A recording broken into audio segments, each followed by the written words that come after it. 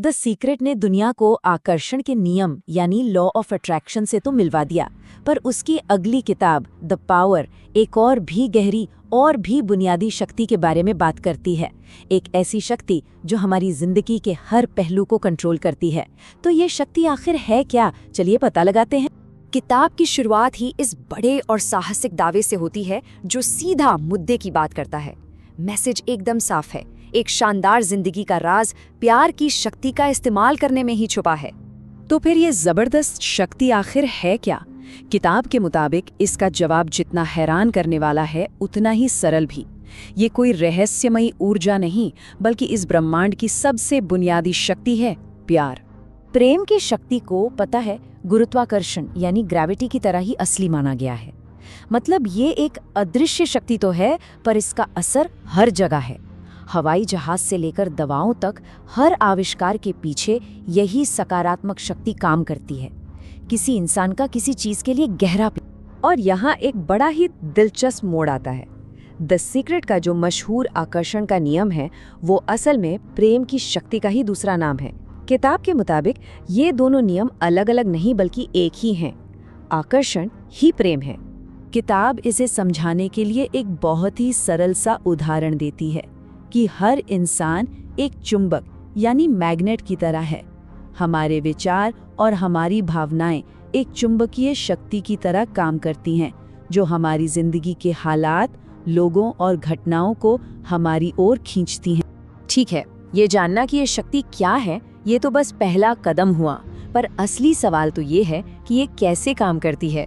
तो किताब के अनुसार इसका पूरा का पूरा मैकेनिज्म हमारी भावनाओं, हमारी फीलिंग से जुड़ा है।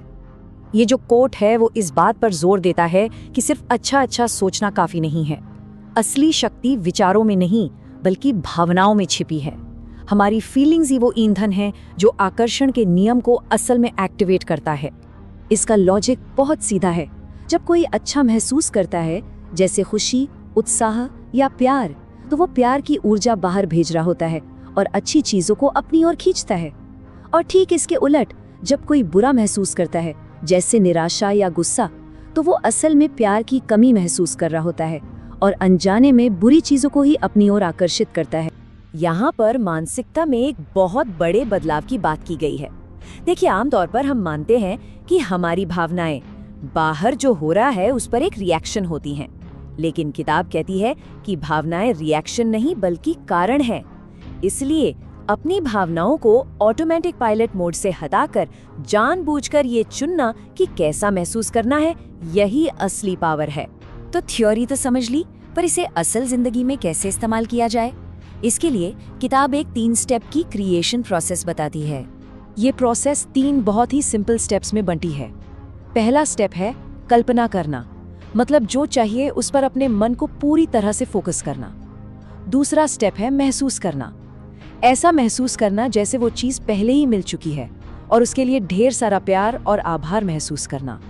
और तीसरा स्टेप है प्राप्त करना, बस विश्वास रखना कि प्रेम की शक्ति उसे आप तक पहुंचा ही देगी। किताब में दिए गए उदाहरण दिखाते हैं कि ये असल में कैसे काम कर सकता है। जैसे एक महिला ने अपने सपनों के घोड़े की कल्पना की और वही घोड़ा एक लॉटरी में जीत लिया। या एक और आदमी जो 75 बार नौकरी से रिजेक्ट हो चुका था, उसने अपनी ड्रीम जॉब की कल्पना की और उसे जल्द ही कई ऑफर मिल गए। तो इस शक्ति को लगातार कैसे इस्तेमाल किया जाए?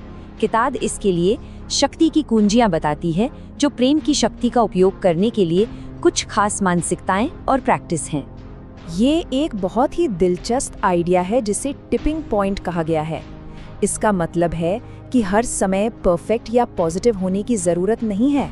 किताब के अनुसार अगर कोई अपने 50% से ज्यादा विचारों और भावनाओं को सकारात्मक रखता है, मान लीजिए सिर्फ 51%, तो भी वो अपनी जिंदगी का तराजू अपनी तरफ झुका लेता है।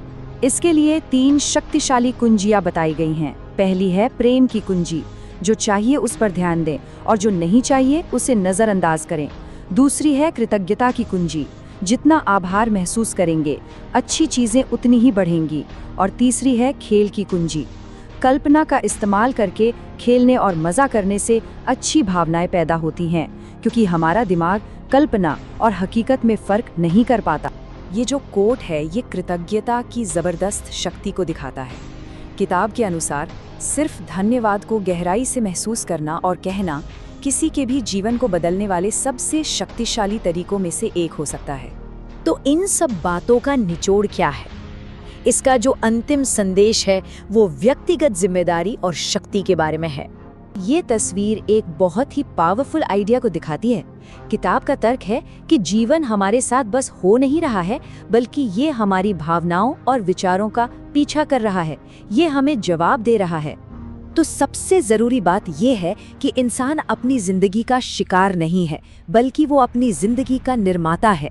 जो कुछ भी बाहर भेजा जाता है, चाहे वो विचार हो या भावनाएं, वही किसी की हकीकत बन जाती है।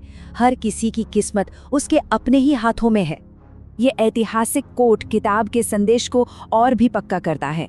अंत में ये सब कुछ एक चुनाव का मामला है। ये चुनने का कि क्या सोचना है, क्या महसूस करना है, और इस तरह ये चुनना कि जिंदगी कैसी होगी। और ये पूरा विश्लेषण इसी एक सवाल पर आके खत्म होता है। इस किताब के मुताबिक अगर हमारी भावनाएं ही हमारी हकीकत बनाती हैं, तो सबसे अहम सवाल ये है, आज जानबूझकर क्या महसूस करना चुना जाए।